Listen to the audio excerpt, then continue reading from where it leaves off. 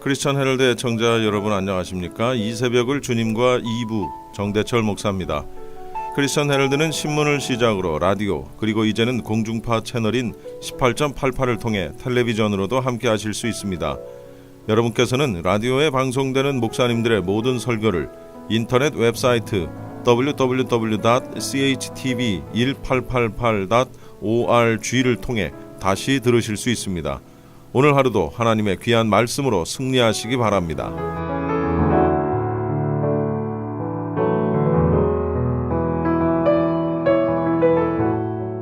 이 시간에는 먼저 주예수 사랑교회 김준식 목사님께서 계시록 6장 1절로 2절까지를 본문으로 그리스도냐 적그리스도냐라는 제목의 설교 말씀해 주시겠습니다.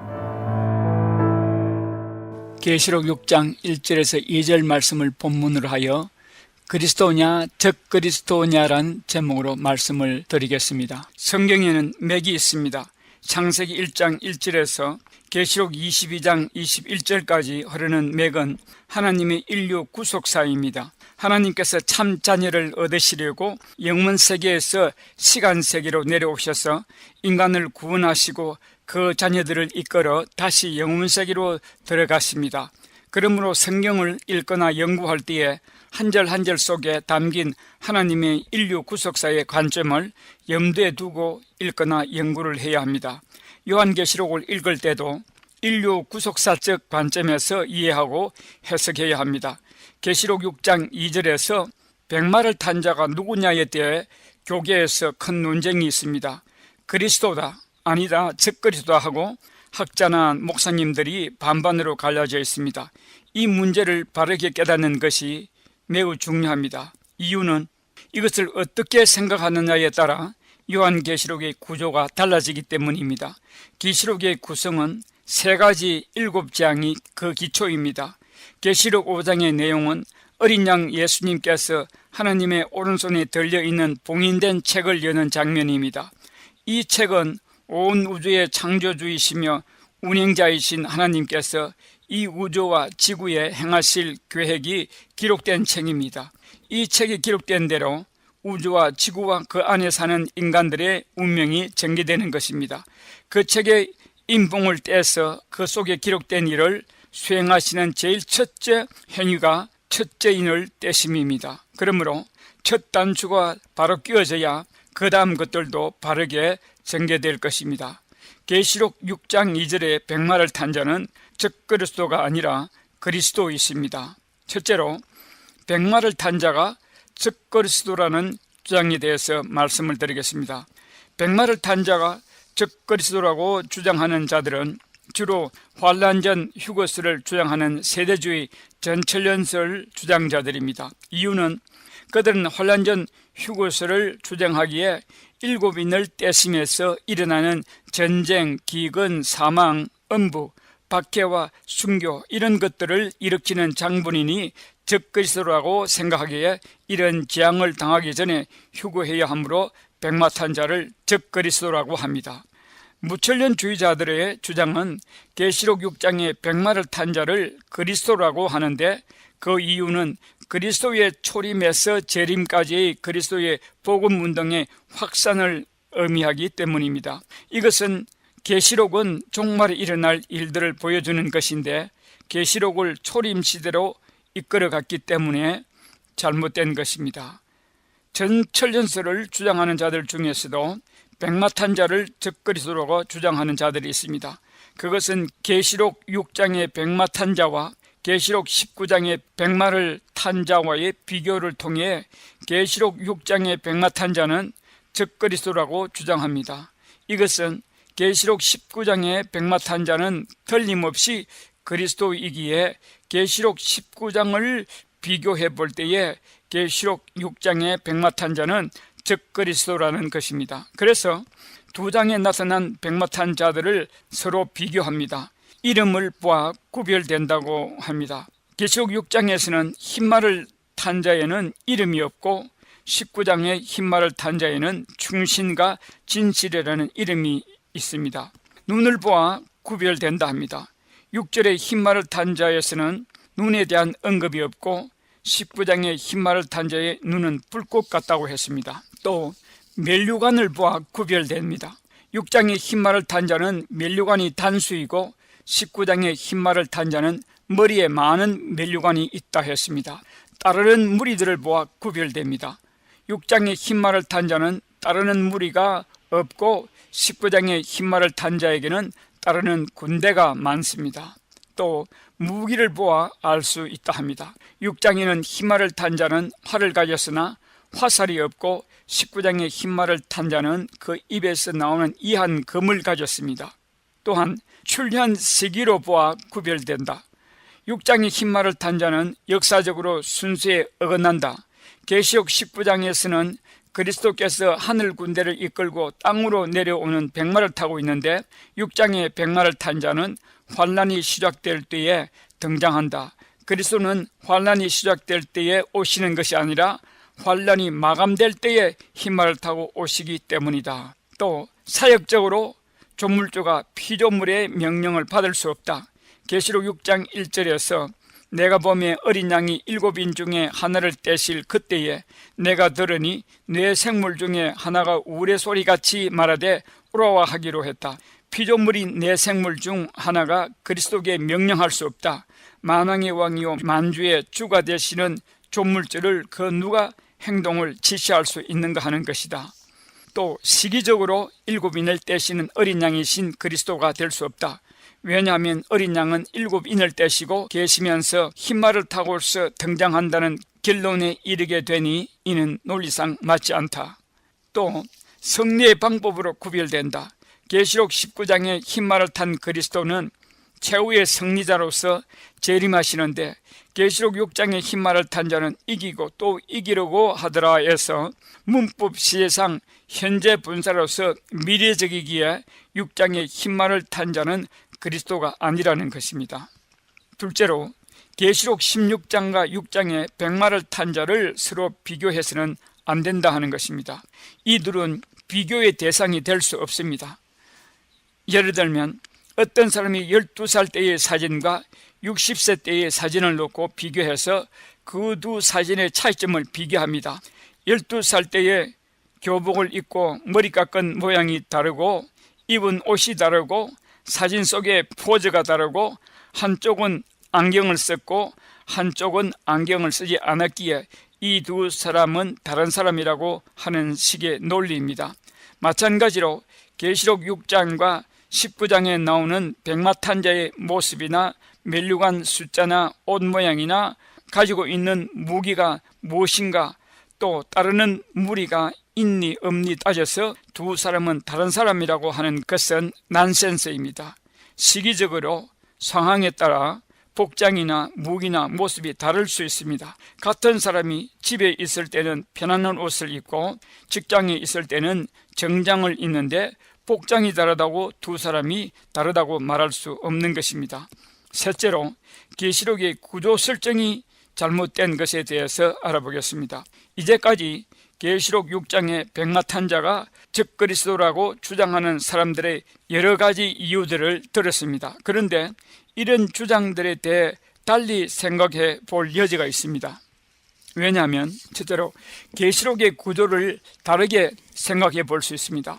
위의 주장들의 근거로서 계시록의 세 가지 7재앙들을 모두 7년 환란 안에 포함시켰기 때문입니다. 세 가지 7재앙들이 7년 환란, 7인을 떼심, 7 나팔재앙, 7 대접재앙이라 해서 다 숫자 7으로 나가니까 이 세 가지 재앙들을 7년 환란 안에 포함시킵니다. 그런데 계시록에서 세 가지 7재앙들이 반드시 7년 환란 안에 포함해야 된다는 말씀이 없습니다. 무슨 분야이든지 발전하려면 사고의 패러다임을 바꿔야 할 때가 있습니다.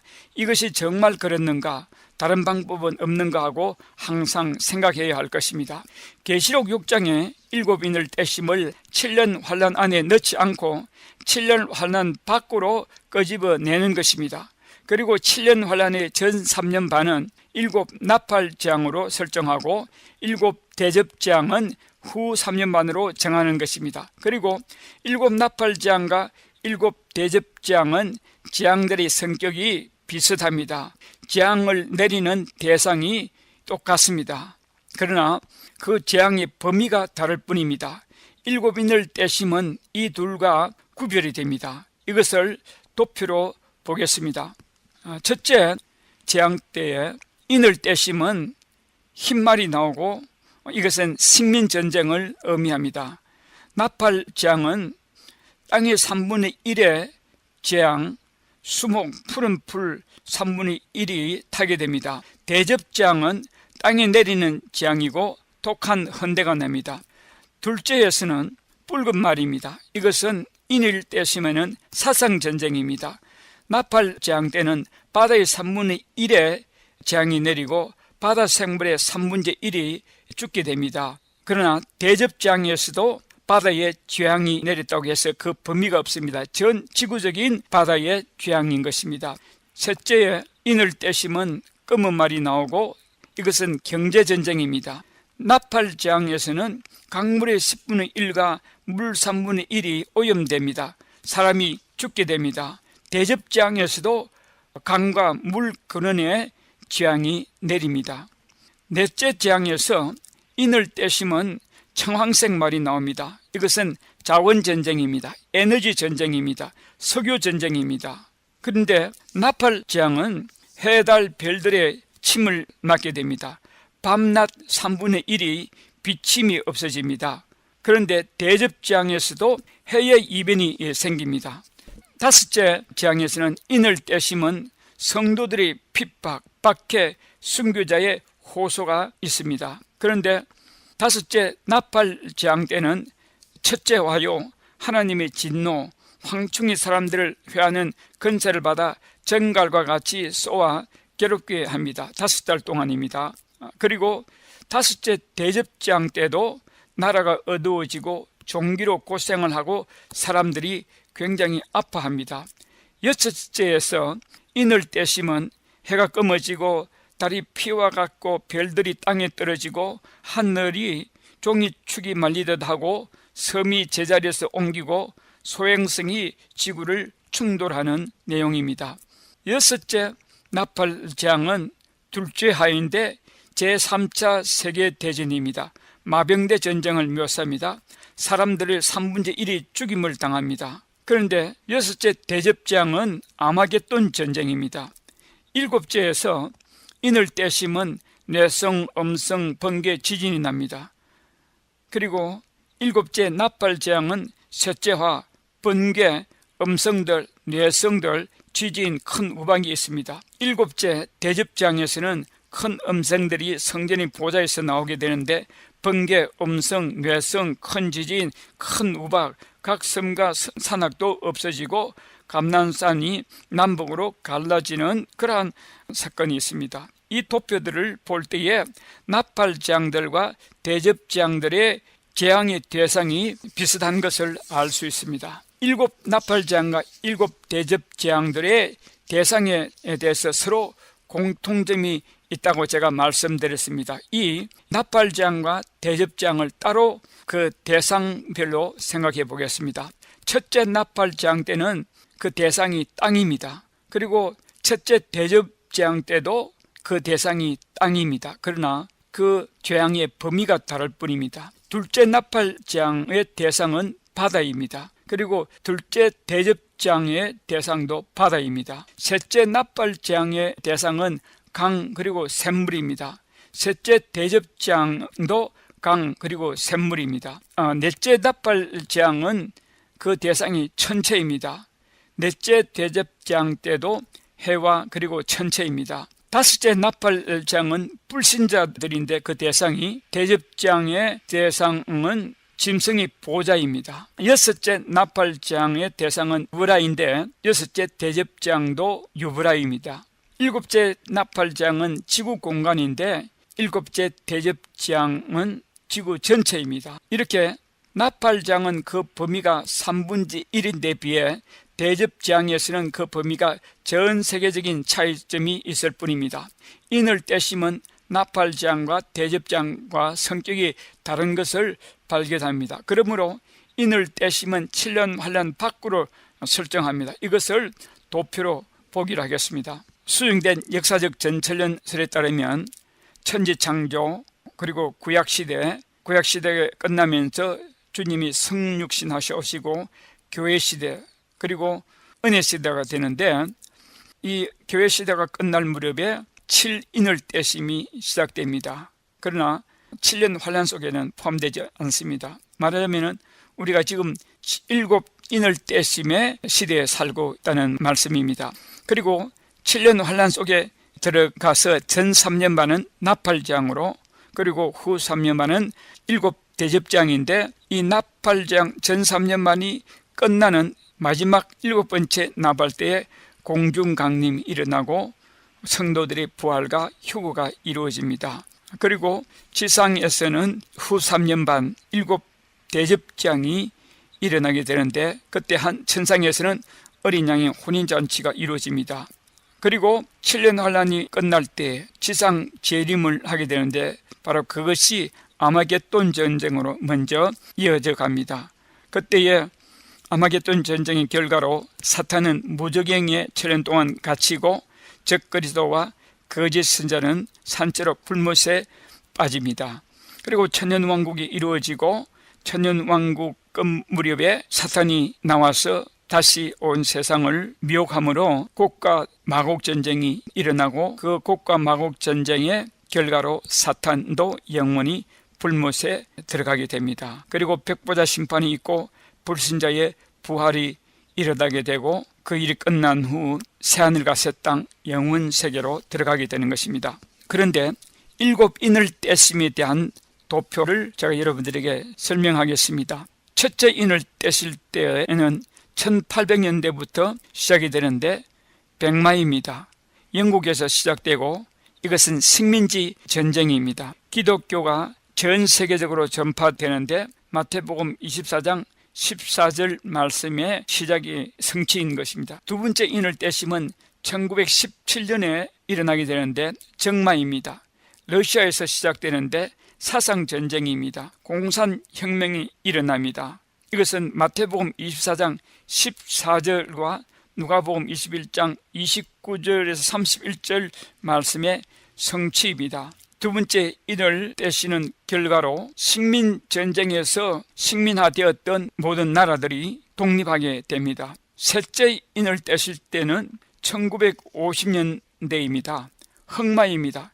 유럽에서 시작되는데, 이것이 바로 경제전쟁입니다. 유럽연합이 형성되고 경제전쟁의 결과로 소련이 해체됩니다. 이것도 마태복음 24장 14절의 말씀과 누가복음 21장 29절 31절 말씀의 성취인데, 이 소련이 해체되므로 소련에 갇혀있던 위성 국가들이 독립하게 됩니다. 넷째 인 떼실 때는 1970년대입니다. 말은 청황색 말입니다. 바로 이슬람이 재기하는 계기가 됩니다. 1970년대에 석유 값이 올라가고 석유 파동으로 인해서 그 이후로 석유가 무기화됩니다. 자원 전쟁이 일어납니다. 에너지 전쟁이죠. 그 일로 인해서 돈이 많게 된 이슬람 운동이 활발하게 태동하게 됩니다. 다섯째 인은 1989년도에 시작이 됩니다. 탈냉전 시대입니다. 동서독을 가로막았던 동베를린과 서베를린을 가로막았던 벽이 무너지고 1년 후에 동독이 무너지면서 독일이 통일되고, 그 결과로 소련이 해체됩니다. 그 일로 인해서 공산주의에 눌려있던 그런 종교 문화가 이제 부활하면서 각 종교들이 활발하게 일어납니다. 그래서 그런 각 종교 지역에 흩어져 있던 기독교 교회들이 핍박을 받게 됩니다. 아주 심한 박해를 받게 됩니다. 바로 오늘 우리가 살고 있는 이 세대인 것입니다. 여섯째 인을 떼시는 것은 미래적입니다. 아직 우리에게 일어나지 않은 사건입니다. 혜성이나 소행성이 지구에 충돌을 하게 되는데, 그 일로 인해서 큰 지진이 일어나고 또 화산이 폭발합니다. 그리고 해일이 일어나고 쓰나미가 일어납니다. 화산재로 인하여서 하늘이 어두워지게 되고 농사를 할 수 없게 되고, 뿐만 아니라 그 일로 인해서 지구 경제가 파탄나게 됩니다. 바로 이러한 여섯째 인으로 인하여서 적 그리스도가 온 세계 단일 국가를 형성할 수 있는 그러한 동기가 이루어지게 되는 것입니다. 7째 인도 미래인데 이 6째 인의 결과로 7년 환란이 일어나게 될 텐데 그 사이에 14만 4천이 인을 맞게 됩니다. 그리고 탈냉전 시대가 계속되고 대부흥운동이 전개되면서 흰옷 입은 큰 무리들이 하나님 보좌 앞에 나가게 되고 그 이후로 7년 환란, 7 나팔재앙, 전 3년 그리고 후 3년 7 대접재앙이 전개되는 것입니다.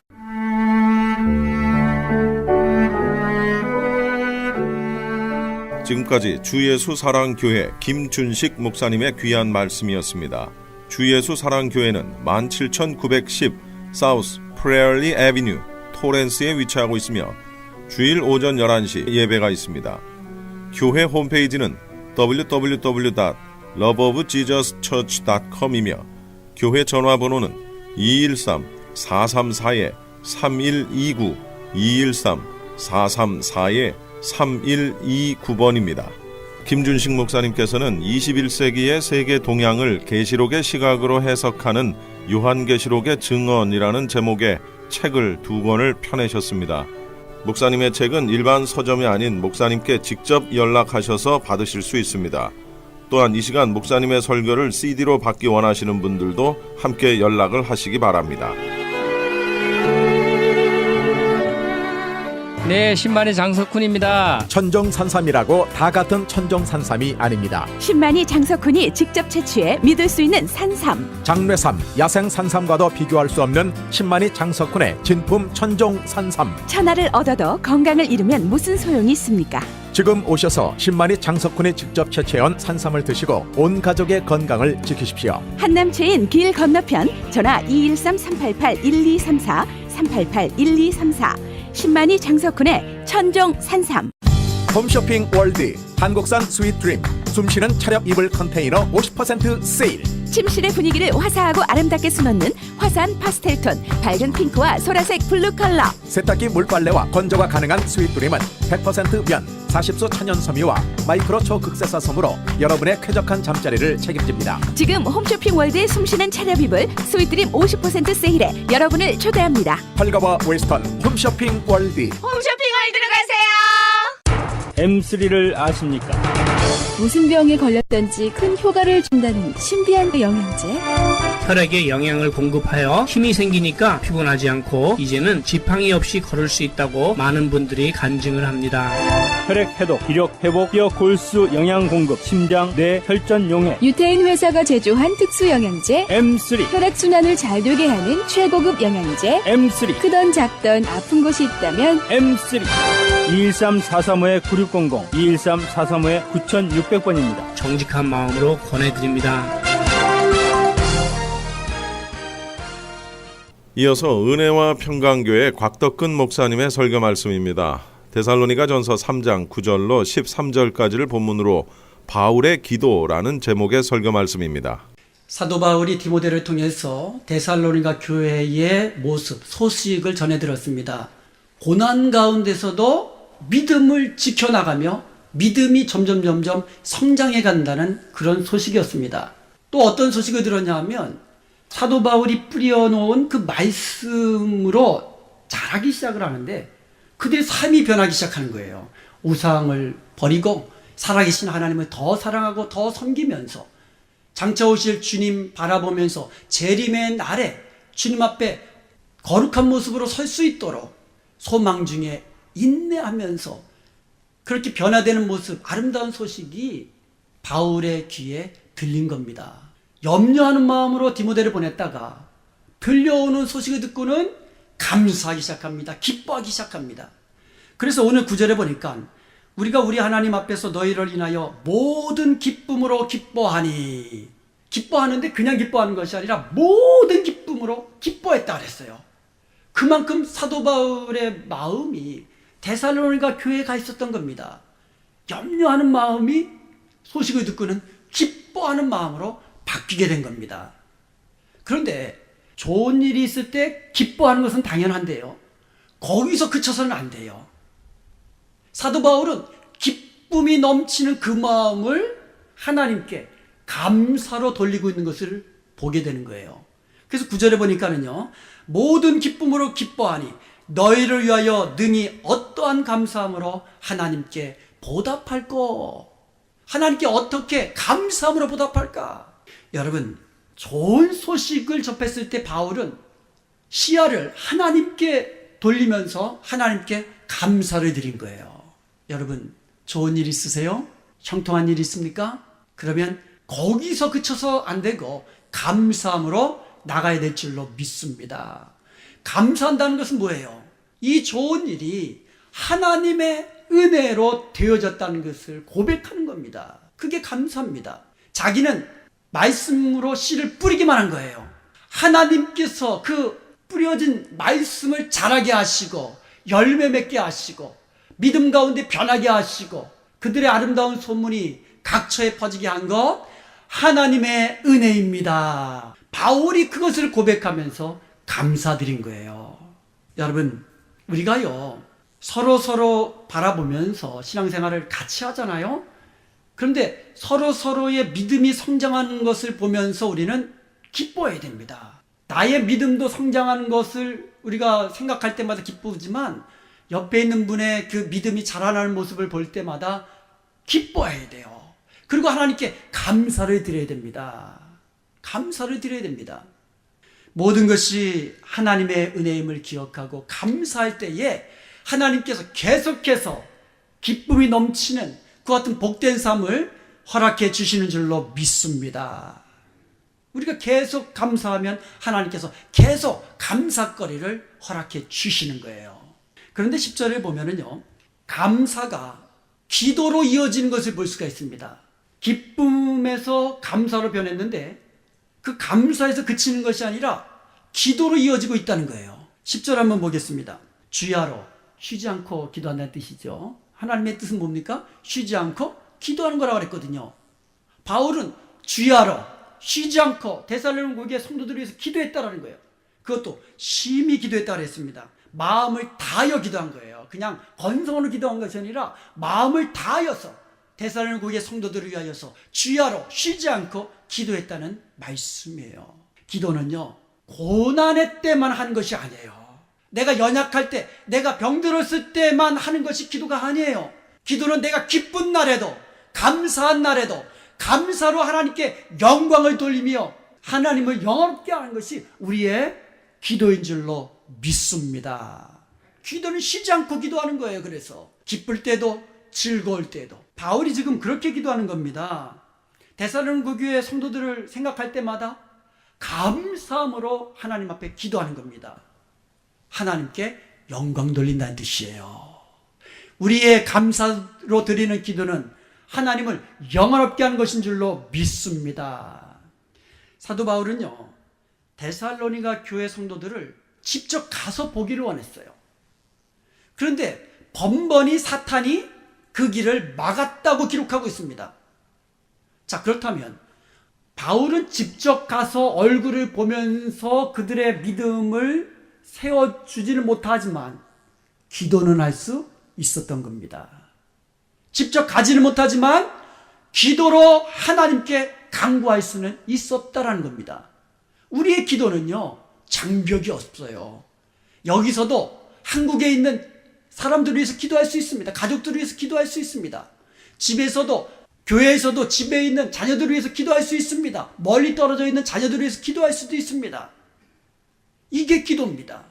사도 바울이 직접 데살로니가 교회로 가서 얼굴을 보면서 그들을 말씀으로 격려하고 위로하고 그들의 믿음을 세워주고 싶었는데 사탄이 번번이 방해하고 그 길을 막으니까 쉬지 않고 마음을 다하여서 기도한 줄로 믿습니다. 중요한 것은 생각하는 마음이에요. 마음이 있으니까 기도가 가는 거예요. 우리 성도들이 서로 생각하는 마음이 있을 때에 우리는 서로를 위하여 기도해 줄 수 있는 거예요. 마음이 없으면 기도도 안 나오는 거예요. 기도가 안 나오는 것은 둘째치고 기도조차 안 하는 겁니다. 그러면 우리 성도들이 서로 마음을 두고 서로 위하여서 기도해 줄 수 있는 그런 교회 되기를 간절히 축원드립니다. 염려가 기쁨으로, 기도가 감사로 바뀌었고 감사가 기도로 이어졌다고 했습니다. 그런데 오늘 10절부터 13절까지 보면은 그 기도의 내용이 나옵니다. 바울의 기도의 내용이 세 가지로 나오는데 첫 번째로 보면은 10절에 기록되어 있습니다. 주야로 심히 간구함은 너희 얼굴을 보고 너희 믿음이 부족한 것을 보충하게 하려 함이라. 첫 번째 기도는 뭡니까? 내가 직접 가서 너희들의 얼굴을 보고 싶다. 이런 기도였습니다. 2장 18절에 보면 나 바울이 한두 번 너희들에게 가기를 원했지만 사탄이 그 길을 막았도다 그랬거든요. 바울은 사탄이 막아놓은 그 길을 열어달라고 기도하는 거예요. 사탄이 그 길을 막았어도 하나님은 열어주실 수 있다라고 믿는 그의 믿음의 고백인 줄로 믿습니다. 그리고 이 기도는요, 주님은 사탄이 막아놓은 그 길을 주님이 열어주셔야 그 문이 열린다는 하나님의 주권에 대한 고백이기도 합니다.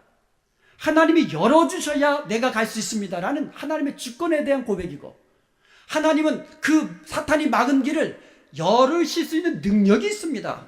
하나님의 능력을 인정하는 기도이기도 한 거예요. 그리고 또 하나, 하나님이 열어주시지 않으면 나는 그 길로 가지 않겠습니다라는 하나님의 뜻에 순응하는 기도예요. 하나님이 열어주셔야 내가 그 길을 가지, 내 마음대로 내가 가고 싶다고 해서 가지 않겠다는 그런 의미이기도 하다는 거예요. 우리가요, 기도하면서 기도는 해놓고 행동은 내 마음대로 하는 거예요. 그게 아니에요. 바울은요, 하나님이 열어주시면 그 길을 가겠습니다. 그 기도고요. 열어주시지 않으면 기다리겠습니다. 하나님이 열어주실 때까지 기다리겠습니다. 그러한 하나님의 뜻에 순종하기로 결단하는 그러한 기도라는 것이에요. 사랑하는 여러분, 우리의 가는 길을 하나님께 맡길 수 있기를 바랍니다. 아브라함이 종을 자기 고향으로 보내면서 자기 아들 이삭의 부인을 좀 데리고 오라, 부인감을 찾아와라, 그렇게 명령을 했습니다. 종이 나이가 많아요. 성경에 보니까 늙은 종이라고 했거든요. 나이 많은 이 종이 아브라함의 고향으로 갑니다. 거기서 우물가에서 드디어 이삭의 배필을 만납니다. 그리고 나서 이렇게 기도합니다. 하나님께서 이 길을 열어주셔서 이삭의 부인을 택하여 주심을 감사합니다. 이렇게 기도를 합니다. 하나님께서 자기 길을 인도해 주셨다라고 고백한 거예요. 그리고 이삭의 아내, 즉 아브라함의 좋은 며느리감을 택해 주셨다고 하나님 앞에 감사로 기도한 것입니다. 여러분, 하나님께서 인도하셔야 우리가 그 길을 가야 되는 거예요. 하나님께서 바른 길로 나를 인도해 주셨다고 그렇게 고백한 아브라함의 종처럼 하나님, 나의 인생길을 바른 길로 인도해 주옵소서, 이렇게 기도하며 주님이 열어주시는 그 길로 나가야 될 줄로 믿습니다. 우리는요, 하나님이 인도하시지 않으면 우리의 인생길을 하나님 기뻐하시는 성공의 길로 맞춰질 수가 없습니다. 하나님께서 인도하셔야 우리의 길이 하나님이 기뻐하시는 길이 되는 거예요. 우리의 인생길에서 주님이 기뻐하지 않는 길이라면, 하나님의 뜻이 아니라면 그 길이 아무리 내가 가고 싶어도, 아무리 내가 하고 싶어도 하나님이 기뻐하지 않으시면 멈춰야 하고 그쳐야 하고 버려야 하는 거예요. 이게 하나님께서 기뻐하시는 축복된 인생인 줄로 믿습니다. 바울의 기도를 자세히 보면은요, 바울이 그냥 데살로니가로 가서 성도들의 얼굴을 단순히 보기를 원했다는 게 아니에요. 진짜 이유는 직접 보면서 그들의 믿음이 부족한 것을 보충하게 하기 위함이라고 말씀하고 있습니다. 믿음을 강하게 세워가는 거. 현재 믿음으로 잘 성장하고 있습니다. 그렇지만 아직도 부족한 것이 있다는 거예요. 그것을 채워주고 싶다는 거예요. 바울은요, 데살로니가 교회 성도들에게 믿음으로 현재에 안주하지 말라고 지금 권면하는 겁니다. 너희들이 참 잘하고 있구나. 내가 너희들의 소식을 들으니 참 감사하구나. 그런데 지금의 믿음의 상태에 안주하지 말고 더 성장해야 된다. 그것을 권면하고 있는 거예요. 우리 교회가요, 이 정도는 되었다. 이런 마음으로 현재에 안주하지 말라는 하나님의 음성으로 들을 수 있기를 축원드립니다. 더 사랑해야 돼요. 더 하나님을 섬겨야 됩니다. 더 하나님의 나라를 위해서 더 충성해야만 합니다. 이것을 바울이 기도하고 있는 거예요. 현재에 안주하지 말라고. 정말 내 자신을 돌아보면서 어디가 부족한가? 하나님 보시기에 나의 부족한 믿음은 어느 면인가? 내가 사랑으로 희생하는 면에서 부족한 것이 없지는 않은가? 주님의 재림의 날에 내가 거룩한 하나님의 자녀의 모습으로, 승리자의 모습으로 하나님의 자랑과 칭찬이 될 수 있는 그런 모습으로 살아가야 되는데 내게 있어서 부족한 것이 무엇인가? 한번 스스로를 돌아보아야 될 줄로 믿습니다.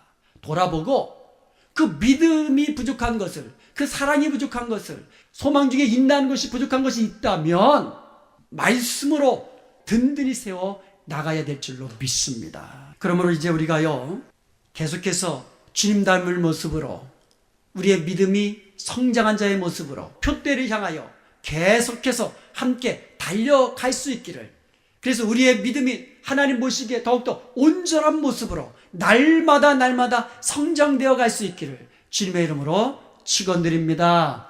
두 번째 바울의 기도는 11절에 나오고 있습니다. 또 주께서 우리가 너희를 사랑함과 같이 너희도 피차간과 모든 사람에 대한 사랑이 더욱 많아 넘치게 하사. 바울의 두 번째 기도는요, 더욱 많이 넘치는 사랑을 하게 하옵소서, 이런 기도였습니다. 교회에 넘치는 사랑을 위해 기도했는데요, 여기서 보면은요, 우리가 너희를 사랑함과 같이라고 기도했어요. 이 말씀은요, 주님께서 내가 너희를 사랑한 것 같이 너희도 서로 사랑하라는 이 말씀을 우리가 연상할 수 있습니다. 그러므로 사도 바울은요, 먼저 주님이 자신을 사랑한 것을 바울은 본받아서 자기도 데살로니가 교회 성도들을 고난 중에도 그렇게 넘치는 사랑으로 사랑했다라는 것을 우리가 알 수가 있고요, 그것처럼 데살로니가 교회 성도들도 서로 사랑을 하는데 넘치도록 사랑하라고 그렇게 권면하면서 기도하고 있는 것입니다. 사실 데살로니가 교회 성도들은요, 피차 사랑했던 교회였어요. 데살로니가 전서 4장 9절에 보면 형제 사랑에 관하여는 너에게 더 이상 쓸 것이 없다 그랬어요. 왜냐하면 너희들이 서로 사랑하는 것이 소문날 정도로 사도 바울의 말씀을 받아가지고 그렇게 서로 사랑했던 교회가 데살로니가 교회였습니다. 그래서 성도 사랑에 대해서 내가 너희들에게 더 이상 쓸 것이 없다라고 그렇게 기록을 했습니다. 그러면서도 4장 10절에 보면 더욱 그리하라고 말씀하고 있어요. 내가 보건대 너희들은 정말 서로 사랑하는 것에 대해서는 더 이상 쓸 것이 없는데, 그렇지만 더욱 사랑하라고 그렇게 권면한 거예요. 우리가 서로 사랑하는데요, 더 심히 사랑해야 되고요, 더 깊게 사랑해야 될 줄로 믿습니다. 우리가요, 교회 안에 있는 성도들 간에 서로 사랑해야 되는데 심히 사랑해야 됩니다. 넘치도록 사랑해야만 합니다. 히브리서 10장 24절에 보면은요, 서로 돌아보아 사랑과 선행을 격려하라는 말씀이 나옵니다. 사랑하려면 돌아보아야 돼요. 상대방의 형편을 알 수 있어야만 합니다. 그래야 사랑을 베풀지요. 그래서 우리 은혜합병동교회 성도들은요, 서로 돌아보는 교회가 될 수 있기를 바랍니다. 서로 돌아보면서 사랑과 선행을 격려할 수 있기를 바랍니다. 나도 사랑하고 사랑을 격려하는 그런 교회, 우리 은혜합병동교회가 될 수 있기를 간절히 소원드립니다. 11절에 보면은요, 피차간에 사랑할 뿐만 아니라 모든 사람에 대한 사랑이 더욱 많아 넘치게 해달라고 기도하는 것을 볼 수가 있습니다. 우리의 사랑은요, 교회 안에만 머물러 있어서는 안 된다는 거죠. 모든 사람, 예수님을 알지 못하는 사람들이라 할지라도 우리가 그들에게 하나님의 사랑을 보여주며 하나님의 사랑을 베풀며 살아야 될 것을, 그것도 넘치도록 더욱 많이 사랑을 베풀며 살아가야 될 것을 기도하고 있는 것이에요. 그래서 우리 교회가요, 넘치는 사랑으로 소문난 교회가 될 수 있기를 축원드립니다. 사랑이 많은 교회라는 그런 소문이 나야 돼요. 그런 교회가 부흥하고 성장하는 겁니다. 주님이 보여주신 그 사랑으로 더욱 힘써 사랑하는 우리 은혜화평강교회가 되기를 다시 한번 주님의 이름으로 축원드립니다.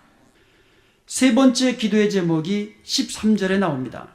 데살로니가 성도들의 마음을 굳건하게 해주셔서 주님이 다시 강림하실 그때에 하나님 앞에서 거룩함에 흠이 없게 해달라고 그렇게 기도를 드리고 있습니다. 우리 모두는 하나님 앞에 설 때가 있습니다. 주님 재림하실 때에 우리 모두는 주님 앞에 서게 될 줄로 믿습니다. 그때에 거룩함에 있어서 흠이 없어야 돼요. 여기서 거룩함이라는 것은 구별된다는 뜻이에요. 하나님이 이 세상과 특별히 하나님의 창조하신 피조물들과 구별되신 분이에요. 그래서 하나님은 거룩하신 분입니다. 우리도 이 세상의 성도잖아요. 성도라면 세상과 구별된 모습으로 살아야 돼요. 그래서 사람들이 볼 때 저 사람은 예수 믿는 사람이야, 이렇게 구별된 삶을 살아야 되는데, 그런 거룩함에 흠이 없도록 주님 앞에 섰는데 흠이 없는, 거룩함에 흠이 없는 사람으로 설 수 있도록 바울은 기도하는 거예요. 그러기 위해서는 어떻게 해야 됩니까? 마음을 굳건하게 해야 된다는 것이에요. 마음을 굳건하게 하사. 데살로니가전서 3장 2절에도 보면은요, 굳게 한다라는 말이 나오고 있어요. 이 기도는요, 바울이 데살로니가 교회 성도들을 직접 가서 얼굴을 보면서 그들의 믿음을 굳게 하고 싶은 바울의 간절한 마음이 여기 담겨져 있는 거예요. 내가 직접 가서 너희들의 믿음을 성장하게 해서 마음을 굳게 그렇게 붙잡아주고 싶다라는 그런 바울의 간절한 소망이 기도에 담겨 있는 거예요. 마음을 굳게 한다는 말은 시편 57편 7절에서 고백한 대로 마음을 주님께로 확정하는 것을 의미하는 거예요. 마음이 세상으로 갔다가 하나님 나라로 갔다가 왔다리 갔다리 하는 것이 아니라 하나님께로 내 마음을 고정시키고 확정시키는 것이 마음을 굳게 하는 겁니다. 우리가 이 세상을 떠나면서 사랑하는 자녀들에게 마지막 한 말을 유언으로 남겨야 된다면 어떤 말을 우리가 해야 될까? 지금 바울의 그런 마음이에요. 내가 직접 가서 너희들을 말씀으로 양육하고 싶은데 내가 못 가는데, 내가 얼굴은 보지 못하지만 마음은 너희들에게 다 주고 싶은데 그 마음을 모아가지고 기도한 것이 너희들의 마음을 굳게 하기를 원한다는 거예요. 모세가요, 광야에서 40년간 다 맞춰가면서 가나안 땅을 바라보면서 모세가 죽습니다. 얼마나 안타까웠겠어요. 그 마음을 모두어가지고 신명기서 31장 6절에서 이스라엘 백성들 앞에 떠나면서 한 말이 뭡니까? 너희는 강하고 담대하라, 두려워 말라 이거예요. 마음을 강하고 담대하게 굳게 하라는 말씀이었어요. 하나님께로만 그 마음을 확정하고 흔들리지 말라는 말씀이었어요. 그리고는 그 옆에 있는 여호수아에게도 31장 7절에서 똑같은 말을 줍니다. 너는 강하고 담대하라.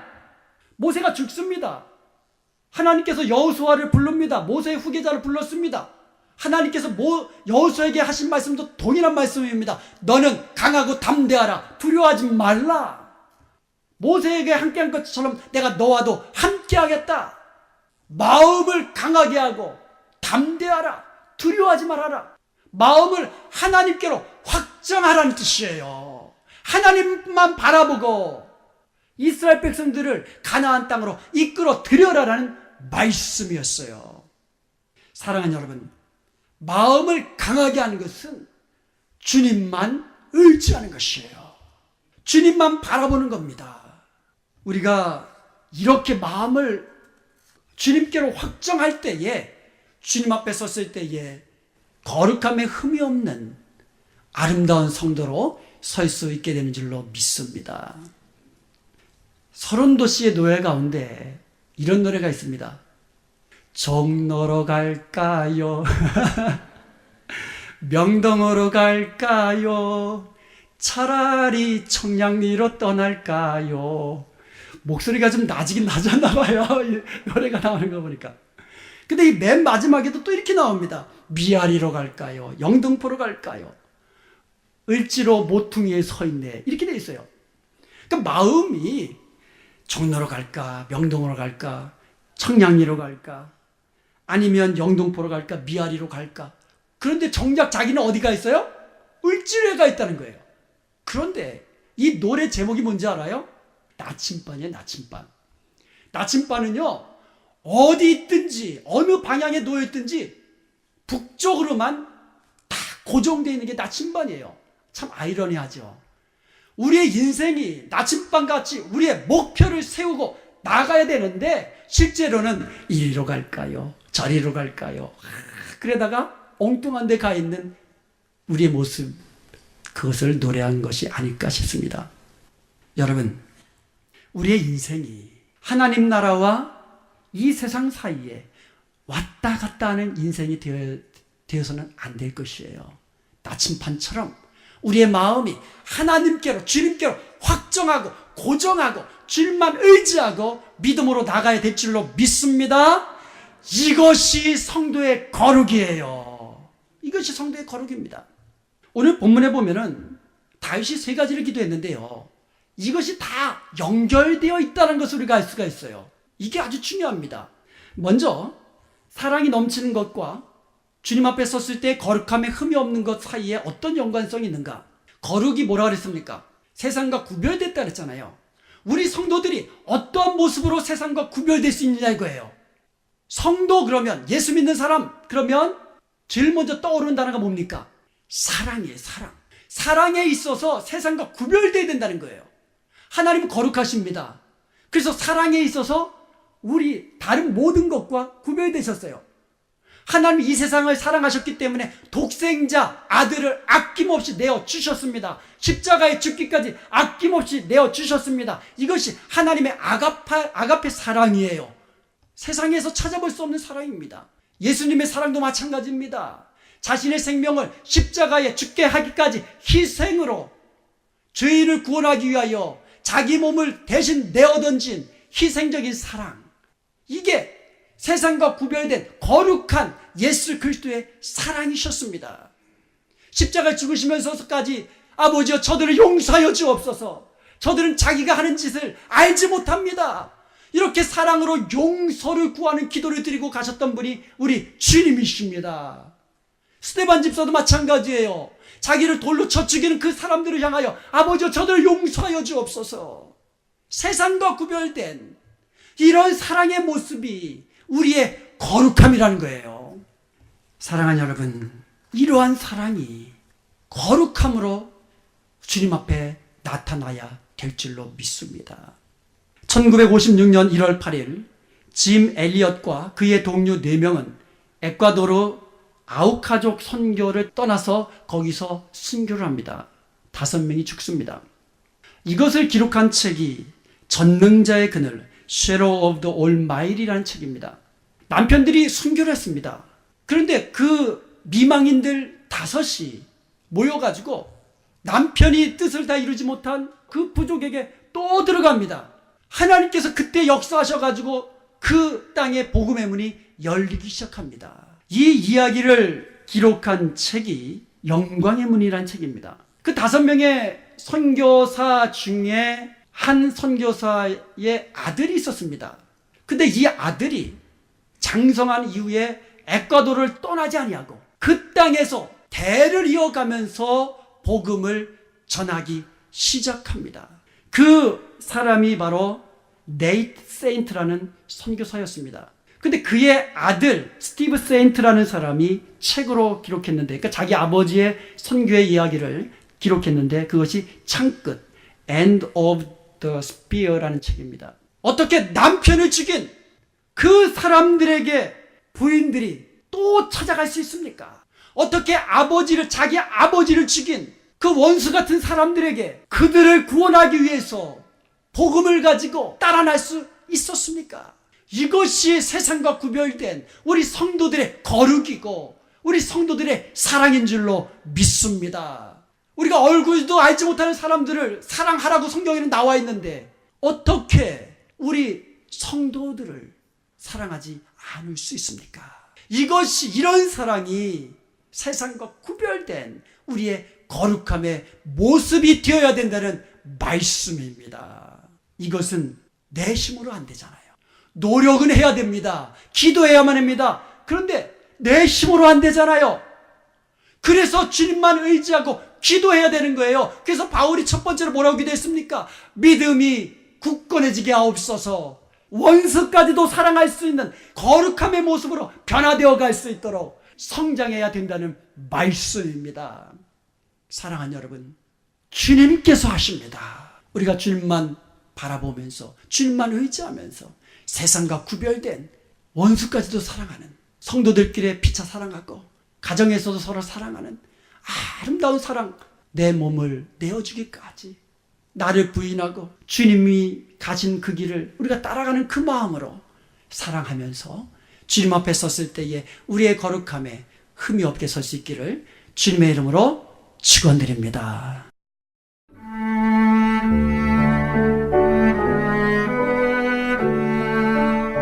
지금까지 하나님의 믿음의 공동체 은혜와 평강교회 곽덕근 목사님의 설교 말씀이었습니다.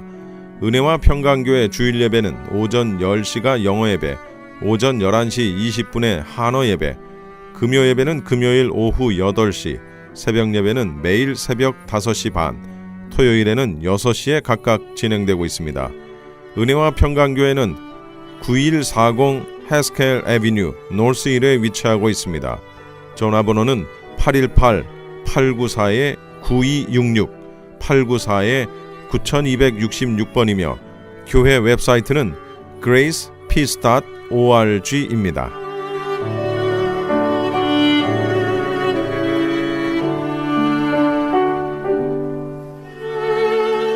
미주 한인 교계 영감을 만들어 배포했던 크리스천 헤럴드가 이번에는 미주 한인 교계 지도자 임명 사전을 만듭니다. 미주 한인 교계 지도자 임명 사전은 목사를 비롯한 선교사, 장로 그리고 각종 기관의 기관장들의 인적 사항을 담은 한인 교계 임명록으로서 미주 한인 성도들은 물론 우리의 후손들에게도 아름다운 유산으로 남겨질 것입니다. 미주 한인 교계 연감에 이은 이번 미주 한인 교계 지도자 임명 사전은 명예나 자랑이 아닌 힘들고 어렵게 쌓아올린 수고와 땀의 결정체들이 헛되지 않도록 기록물로 남기려고 하는 의도에서 기획됐습니다. 올 연말 출판 계획을 갖고 있사오니 한인 교계 지도자들의 많은 참여를 바랍니다. 미주 한인 교계 지도자 임명 사정과 관련된 자세한 문의는 크리스천 헤럴드 213-353-0777, 213-353-0777번으로 하시기 바랍니다.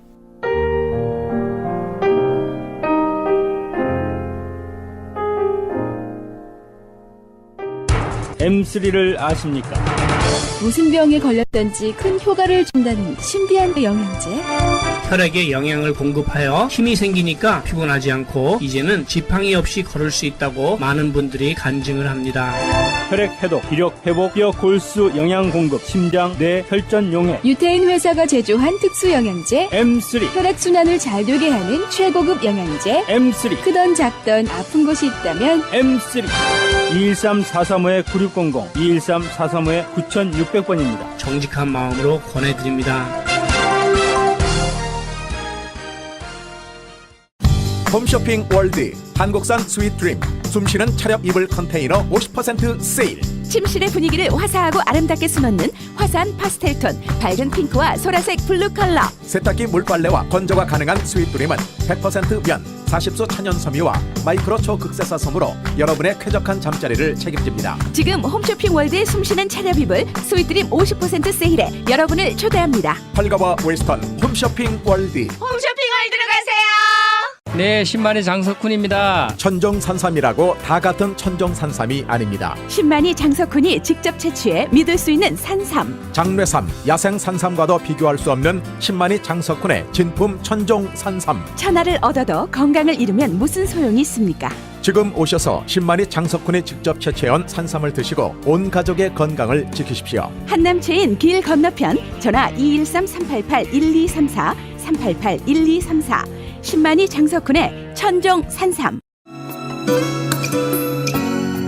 지금까지 여러분께서는 크리스천 헤럴드에서 제공해드린 이 새벽을 주님과 1부, 2부 순서 함께 하셨습니다. 오늘도 주님의 은혜 가운데에서 승리하는 하루 보내시기 바랍니다. 저는 내일 뵙겠습니다. 고맙습니다. 내게 주어진 하루를 감사합니다. 내게 또 하루를 허락하심을, 이 하루도 헛되이 보내지 않으며 살기 원합니다. 이런 은총 받을 만한 자격 없지만 주의 인자하심 힘입음으로 이 하루도 내게 주어졌음 인하여 감사드립니다. 이 하루도 정직하게 하소서.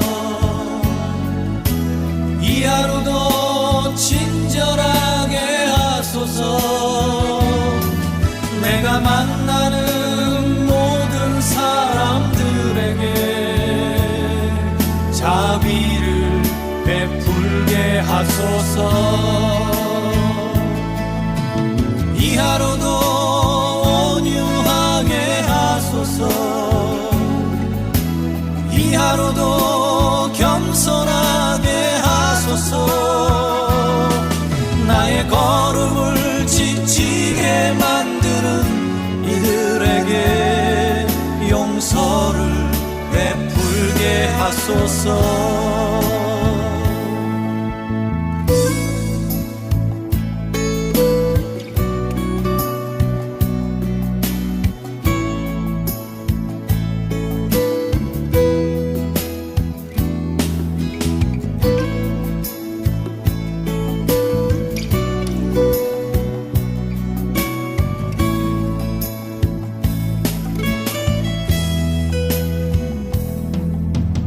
내게 주어진 하루를 감사합니다.